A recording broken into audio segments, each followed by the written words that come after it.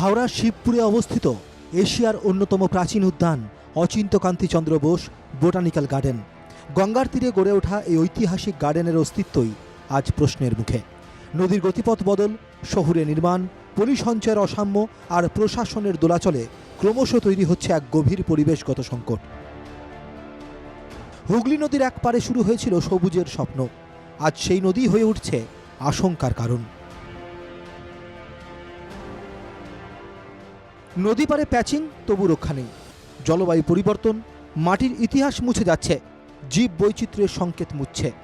জলদূষণ ও লবণাক্ত বিস্তার, প্রশাসনিক জটিলতা।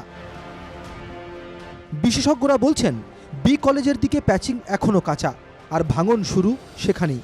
কিছু ক্ষেত্রে রয়েছে প্রশাসনিক উদাসীনতাও। Towards up to the B college उधर कोई इस तरह की कंक्रीट पैचिंग नहीं हुई है, काफ़ी लंबा स्ट्रेच है। इवन बहुत सारा जो पार्ट है वो हमारे गार्डन के कंट्रोल से बाहर है। सो वहाँ पे इरोजन स्टार्ट हुआ है। इसके बारे में ऑलरेडी जो है एनजीटी में कोर्ट केसेस भी हुआ था, उसमें बहुत सारी पार्टी थी और फाइनली वो वर्क जो है इरिगेशन डिपार्टमेंट को अलॉट हुआ था and they have worked something under this to control that erosion to that area. But I think that is not final solutions, because that have been done only through this salballi and this sandbags. So that was, I feel that it's not a final solution. পরিবেশবিদরা বলছেন গঙ্গার ভূপৃষ্ঠগত গঠনে সাম্প্রতিককালে বিপুল পরিবর্তন ঘটেছে। শুধু জলপ্রবাহের দিক নয়, নদীর গভীরতা, গতিপথ, স্রোতের প্রকৃতি, এমনকি জল, সব কিছুই বদলে গিয়েছে। সঙ্গে যুক্ত হয়েছে অবৈজ্ঞানিকভাবে নগরায়ন।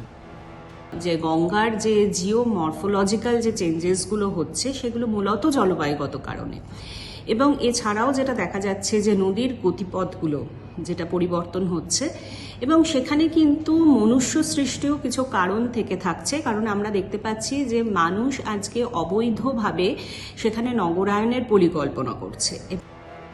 একসময় গঙ্গার পাড় ঘেঁষে জন্মাতো সুন্দরী, গরান, গেওয়ার মতো লবণ সহিষ্ণু বায়ো ইন্ডিকেট গাছ, এখন তারা সরে যাচ্ছে। বোটানিক্যাল গার্ডেনের মতো জায়গাও গাছ ধরে রাখতে পারছে না। তাহলে আর কোথায় পারবে? প্রশ্ন খোদ পরিবেশবিদদের।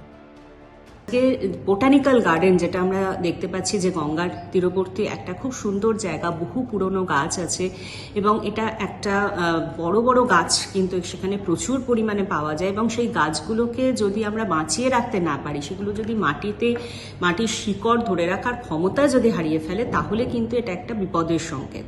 কারণ আমাদের যে মাটির চরিত্রটা সেটা দেখলেই বোঝা যাচ্ছে প্রচুর পরিমাণে ভঙ্গুর হয়ে গেছে, এবং সেই মাটির জল ধরে রাখার ক্ষমতা বা একটা বড় গাছকে ধরে রাখার ক্ষমতা হারাচ্ছে। সেই জন্য সেখানে কিন্তু আমাদের নেচার বেসড সলিউশনসের কথায় আসতে হবে। এবং এছাড়াও আমরা দেখতে পেয়েছি যে জলবায়ুগত কারণে কিছু বায়ো ইন্ডিকেটর গাছ, যেমন সুন্দরী, গরান, এগুলো মানে আমাদের গঙ্গার উপকূলবর্তী অঞ্চলে অনেক দূর পর্যন্ত কিন্তু সেগুলো আছে এবং সেগুলো গড়ে উঠছে, মানে তৈরি হচ্ছে। এবং এটা আমাদের কিন্তু বোঝা যাচ্ছে যে গঙ্গার জলের যে পিএইচ এবং তার লবণাক্ততা অনেক মাত্রায় বৃদ্ধি পেয়েছে, এবং এই যে আমাদের সি লেভেল রাইজ হচ্ছে, সি লেভেল রাইজের জন্যই কিন্তু আজকে যে আমাদের মোহনার জল অনেকাংশেই কিন্তু গঙ্গার বহু জায়গায় যেখানে মিষ্টি জল থাকতো সেই জায়গাগুলো লবণাক্ত করে দিচ্ছে। এখন প্রশ্ন হলো, সমস্যার সমাধান কিভাবে সম্ভব? আদৌ কি কোনো ব্যবস্থা নিচ্ছে খোদ বোটানিক্যাল গার্ডেন কর্তৃপক্ষ? তারা বলছেন তাদের নাকি হাত পা বাঁধা। কেন? শুনুন তাদের মুখেই।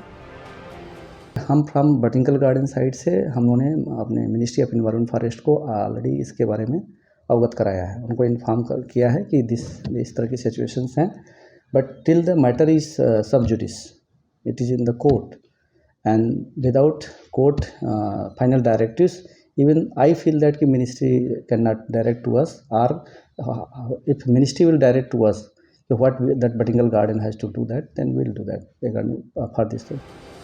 সাধারণ মানুষ বলছেন দ্রুত ব্যবস্থা নিক প্রশাসন, বাঁচুক প্রিয় বি গার্ডেন। মানে আমিও এসে দেখলাম যে অনেকদিন পরই এসেছি, তো দেখছি জমিগুলো মানে আস্তে আস্তে ধসে যাচ্ছে।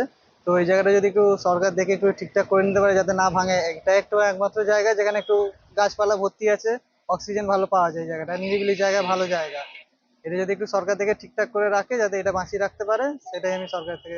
ভয় লাগবে না? যেখান থেকে মানুষ মানে ওই এতটা ভয়াবহ, যদি গাছই যদি না থাকে, আস্তে আস্তে যদি জলের প্রকোপে যদি গাছের যদি নষ্টই হয়ে যায়, তাহলে তো আমরাও আস্তে আস্তে নষ্ট হয়ে যাবো।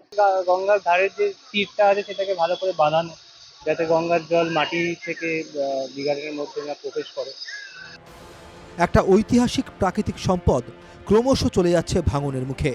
বি গার্ডেনকে বাঁচাতে প্রশাসনের কাছে দ্রুত ব্যবস্থা নেওয়ার আর্জি পরিবেশবিদ থেকে সাধারণ মানুষের। হাওড়া থেকে অর্পণ সিংহের রিপোর্ট, NKTV বাংলা।